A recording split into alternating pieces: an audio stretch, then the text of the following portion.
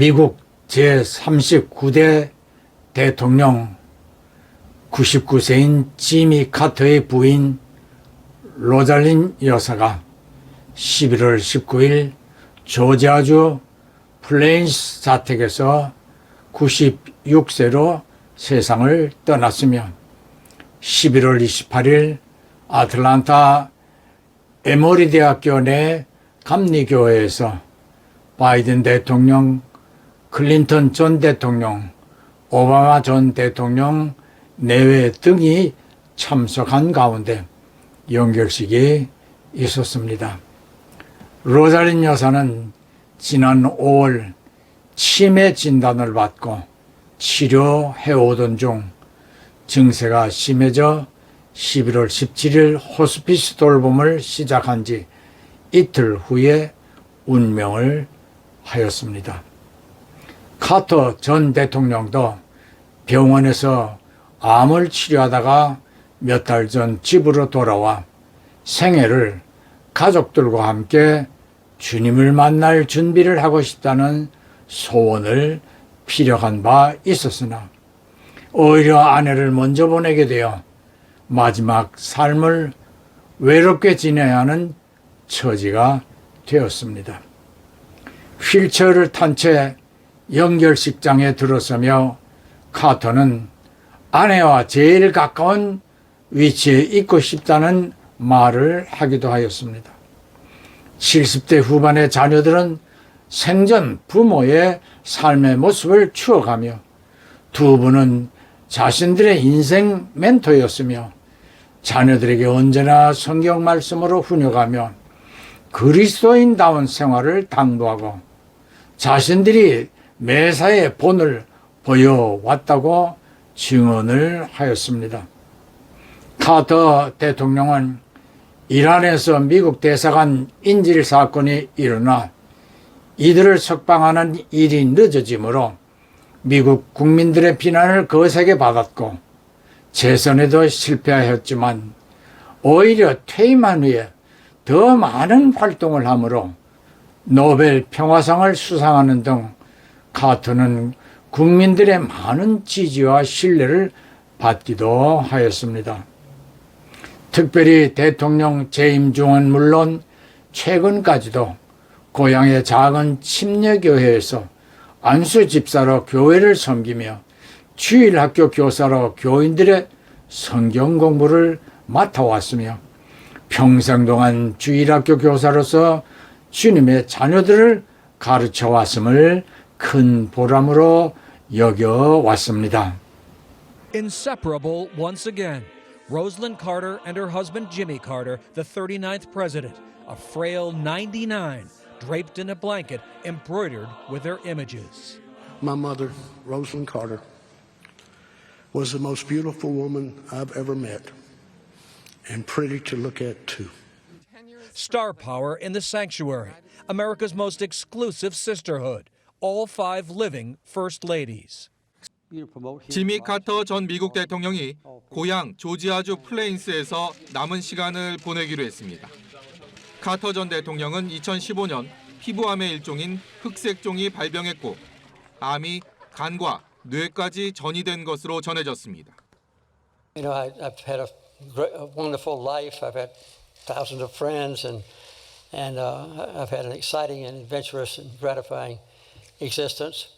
So I was surprisingly at ease, much more so than my wife was.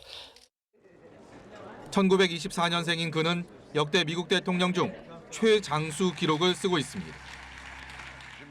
1960년 민주당 소속 주 상원 의원으로 정계에 입문한 카터 전 대통령은 조지아주 주지사를 거쳐 1976년 미국의 39대 대통령에 당선됐습니다. 1980년 대통령 재선에는 실패했지만 백악관을 떠난 뒤 더 큰 존경을 받았습니다. 카터 센터를 만들어 인권 증진에 힘썼고 집을 잃은 이재민들을 위해 집짓기 봉사에도 팔을 걷어붙였습니다. 우리나라와의 인연도 남다릅니다. 재임 시절 인권 문제를 이유로 주한미군 철수를 주장하며 박정희 정부와 각을 세웠고 1994년 북한이 국제 원자력 기구 탈퇴를 선언한 1차 북핵 위기 땐 미국 특사 자격으로 평양을 방문해 김일성 주석과의 담판으로 갈등 해소에 물꼬를 텄습니다. 하이티와 보스니아 등 분쟁 지역 평화를 위해 외교력을 발휘해 박수를 받기도 했습니다. 이 같은 공로로 2002년엔 노벨 평화상을 수상했습니다. 11월 29일 한국에서는 경기도 안성에 있는 칠장사에서 화재가 발생하여 조계종의 총무를 역임한 자승 스님이 사망한 사건으로 자살이냐 타살이냐 세간이 큰 이슈가 되는 가운데 서울의 조계사에서 5일간 종단장을 치르며 윤 대통령 내외도 참석하여 조문을 하였습니다. 그가 남긴 유서에 스님은 자신이 스스로 소신공양하였다는 주장을 하였다고도 합니다. 불교에서의 장례는 화장으로 치러지는 다비 의식입니다. 우리나라에서의 장례하는 방법은 대부분 땅에 매장하는 방식이었으나 토지가 좁은 나라인지라 근래에는 화장 장례가 대세입니다. 이전에는 시신을 불에 태우는 화장 장례를 선호하지 않았습니다. 미국을 비롯하여 서구의 대부분 나라들은 매장 방식을 선호하며 공원 묘지를 조성하여 옛날 묘지 지역의 으시시한 분위기는 거의 찾아볼 수 없습니다. 불교와는 반대로 기독교의 장례는 매장을 선호해 왔습니다만 이제는 교회에서도 나라의 토지 부족 상황을 고려하여 화장 장례를 하고 있습니다.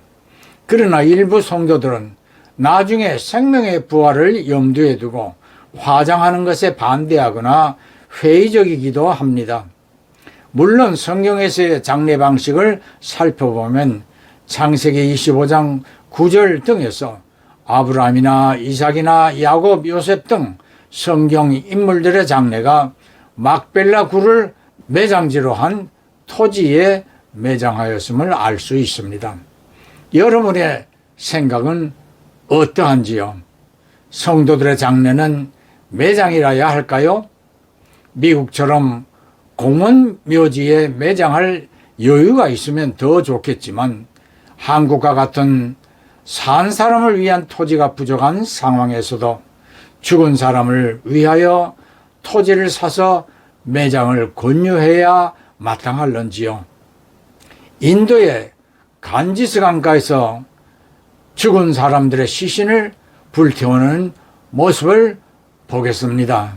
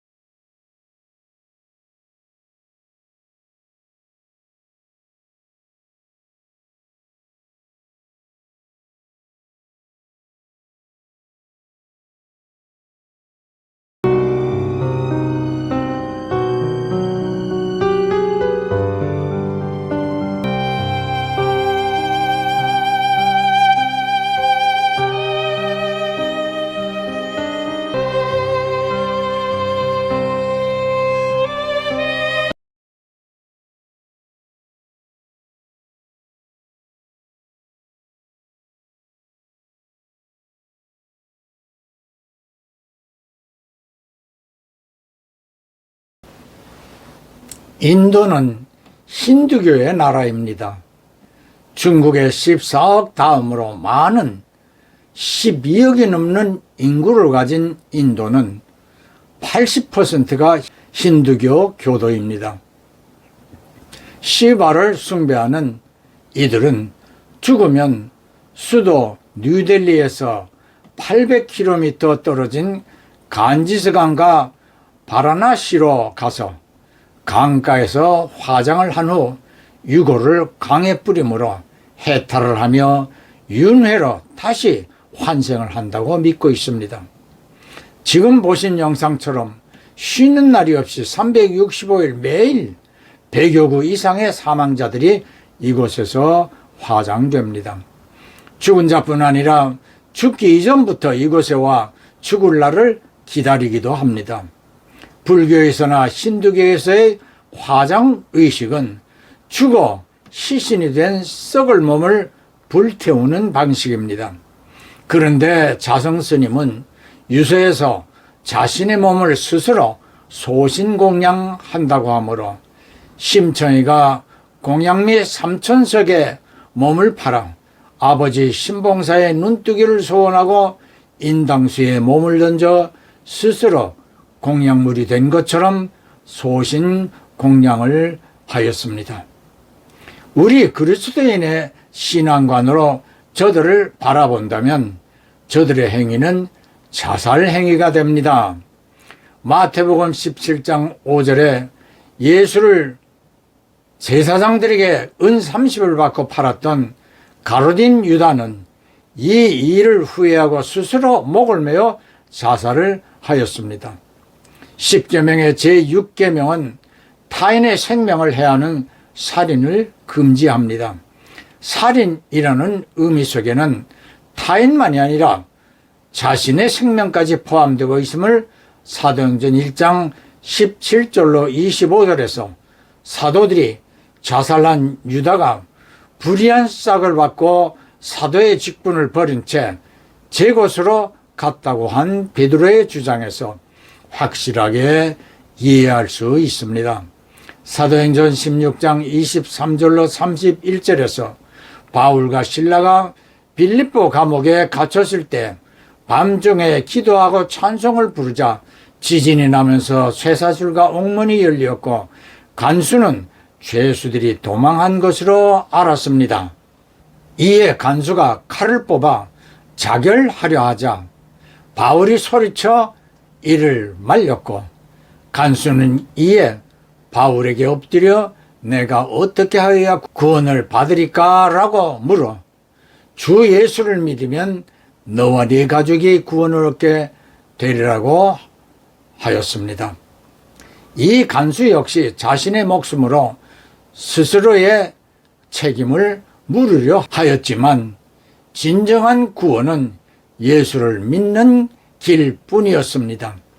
이 역시 자결은 썩을 몸을 해하려는 것이지만 간수는 바울의 전도로 영원한 생명을 얻게 되었습니다. 바울은 고린도전서 15장 54절에서 모든 그리스도인의 마지막 결말을 이렇게 선포합니다. 나팔 소리가 나매 죽은 자들이 썩지 아니할 것으로 다시 살고 우리도 변화하리라. 53절 이 썩을 것이 불갑을 썩지 아니할 것을 입겠고 이 죽을 것이 죽지 아니함을 입으리로다. 카터 대통령 가정은 부활을 믿고 주님 만날 시간을 준비하며 살았고 살고 있습니다. 요한계시록 20장 13절은 죽어 땅에 묻혀 썩어 없어졌던 화장을 하여 강물에 뿌려졌던 성도들은 하나님의 나팔 소리와 함께 새로운 몸인 썩지 않을 생명의 부활을 하게 되는 은혜 중 은혜인 구원을 얻었습니다. 부활 후 예수님은 제자들이 있던 건물 안으로 들어왔고 엠마오로 가던 두 제자에게 가셨고 새벽에 제자들이 있는 갈릴리아에도 가시는 등 4차원의 몸으로 순간 이동을 하고 많은 제자들의 눈앞에서 하늘로 올려가시며 다시 곧 오리라 약속하셨습니다. 예수께서 부활에 썩지 않을 몸으로 제자들을 만나는 영상을 함께 보시고 우리 모두 반드시 썩지 않을 새로운 몸, 생명의 부활의 몸이 될 것을 확신하십시다. 예, 아멘, 할렐루야.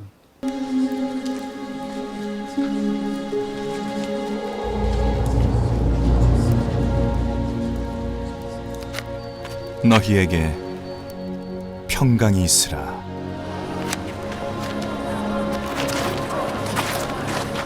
어찌 너희가 불안해하며 마음속으로 염려하느냐?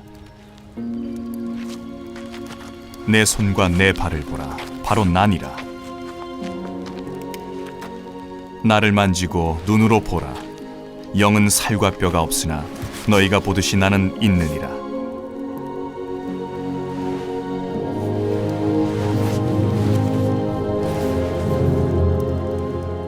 여기에 음식이 있느냐? 내가 너희와 함께할 때 너희에게 말한 대로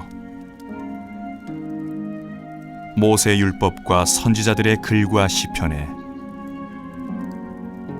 나를 지칭하여 기록된 모든 것이 성취되어야 하리라. 기록에 나왔듯이 그리스도가 고난을 겪고 셋째 날에 죽은 자 가운데서 일어나는 게 마땅하며 회개와 죄 사함이 그의 이름으로 예루살렘에서 시작하여 모든 민족에게로 선포되어야 하리라.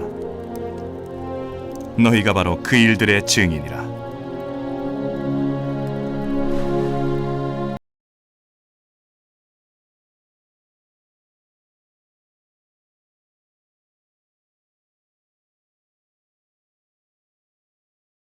내가 믿고 또 의지하니 내 모든